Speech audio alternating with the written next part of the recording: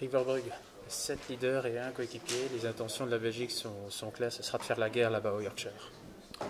Oui, je pense que bon, quand on voit la composition de la manière que je veux y aller avec un équipier et 7 coureurs qui sont prêts à aller à l'offensive, il y a moyen de faire quelque chose. Maintenant, il faut mettre tout le monde sur la même ligne et bien courir très intelligemment. Et je pense que le parcours s'y prête vraiment. Donc c'est un parcours qui se prête à ce qu'il y ait beaucoup de changements de déroulement de course et arriver avec 7 coureurs qui sont capables de briller sur un championnat du monde, ce n'est qu'un luxe. Justement, ce parcours, on le dit aussi, très technique. Hein. Vous avez été leur connaître à quel point c'est difficile justement au niveau de la technique justement. Déjà, il y a la première boucle de 180 km qu'il ne faut surtout pas sous-estimer parce qu'il y a 3 belles montées, un peu type Ardennes. Donc le vent, la pluie, le mauvais temps pourrait avoir son influence. Peut-être qu'il va faire 20 degrés ou 25 degrés grand soleil, mais ça peut avoir son importance. Et toute la journée, ce sont des petites routes. Donc un peloton va être très nerveux. Et voilà, c'est vraiment un parcours qui se prête à un type de déroulement offensif. Et je pense qu'on sera bien armé pour faire de la partie. Est-ce que vous considérez la Belgique comme la nation la plus forte collectivement sur papier de toutes les nations qui seront engagées? Je pense qu'il y en a beaucoup qui vont un peu jalouser notre sélection, mais on n'a pas de grands favoris. Donc voilà, il faudra surtout utiliser ce bloc pour essayer de devenir champion du monde. Alors un petit mot du côté des espoirs quand même. Là aussi une sélection très forte sur le papier avec Stan de Wulf et Jasper Philipsen, 2 gars du World Tour. La Belgique là, elle a certainement une grosse chance de médaille aussi. Oui, c'est vrai. C'est vrai que Jasper Philipsen par exemple, il aurait pu faire partie de ma sélection sur la route avec les pros.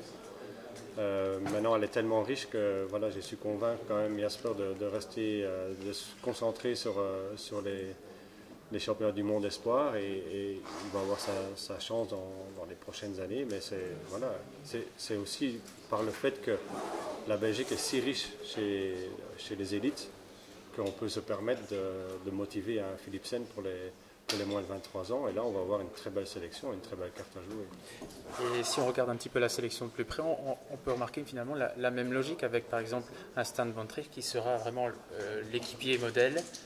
Comme chez les pros, il y aura un seul coéquipier et 5 gars chez les espoirs aussi qui ont toutes leurs chances évidemment de briller personnellement. Oui. Oui, tout à fait. Je pense que j'adopte la même tactique chez les espoirs et c'est peut-être aussi pour voir comment vont réagir les espoirs sur un parcours qui est plus ou moins similaire que les pros. Et je pourrais faire des ajustements pour le dimanche à ce moment-là. Mais j'ai très longtemps hésité entre la dernière personne, c'était Stan Van Tricht et Sébastien Grignard. Tous les deux, ils méritent leur sélection, mais il faut faire des choix. Mais je pense que Grignard est premier réserve et on ne sait jamais ce qui va se passer. Mais c'est vrai qu'on a une sélection qui tient vraiment la route, que ce soit chez les espoirs ou chez les pros. Le parcours des espoirs est moins difficile que celui des pros ou... Alors, la grande boucle est moins difficile. Mais il reste toujours une montée. Enfin, chez les pros, il y a 3 montées sur le circuit en ligne.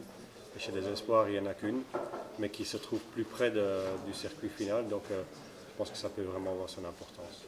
Pour faire cette sélection espoir, c'est sur quelles épreuves que vous vous êtes basé? Parce qu'on parle beaucoup du Canada pour les pros pour compléter la sélection, mais pour les espoirs, c'est quelles courses qui ont été déterminantes? Déjà, il y a 3 coureurs qui font partie des pros, donc là c'est un peu sur les courses, que ce soit World Tour ou Pro Continental.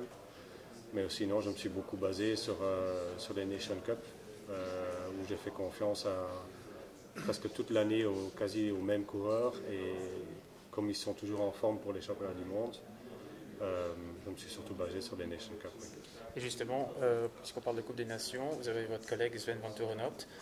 Lors du championnat du monde, comment ça va se passer au niveau des responsabilités? Est-ce que Sven va diriger par exemple les espoirs ou c'est vous-même, Rick Verbrugge, qui allez dans la voiture à chaque fois?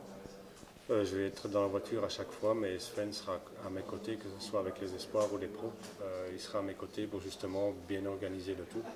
Parce qu'il faut quand même savoir que le championnat du monde, c'est une des courses qui se roule sans oreillette, sans communication. Et ça peut avoir son importance. Donc être à 2 dans la voiture sera certainement un avantage. Alors revenons un petit peu sur les professionnels. Ça vous donne pas mal à la tête ce casse-tête chinois finalement pour votre première? Je dors toujours très bien, donc pas de souci. Jusqu'à maintenant. Oui. Peut-être que dimanche, lors des résultats au Canada, ça va peut-être changer. Non, ce que je redoute le plus, c'est surtout, je pense plus à ceux qui ne seront pas sélectionnés. Ceux qui seront sélectionnés, ils seront très contents de venir avec. Mais mon travail sera surtout d'expliquer le pourquoi et le comment des choses qui ne feront pas partie de la sélection. Et ça, c'est jamais agréable de faire ça. Donc, c'est vrai que là, ça, je redoute un petit peu, ouais, parce que tout le monde, enfin, il y en a beaucoup qui méritent cette sélection. Et il faut faire des choix, et c'est des choix qui ne sont pas faciles à faire.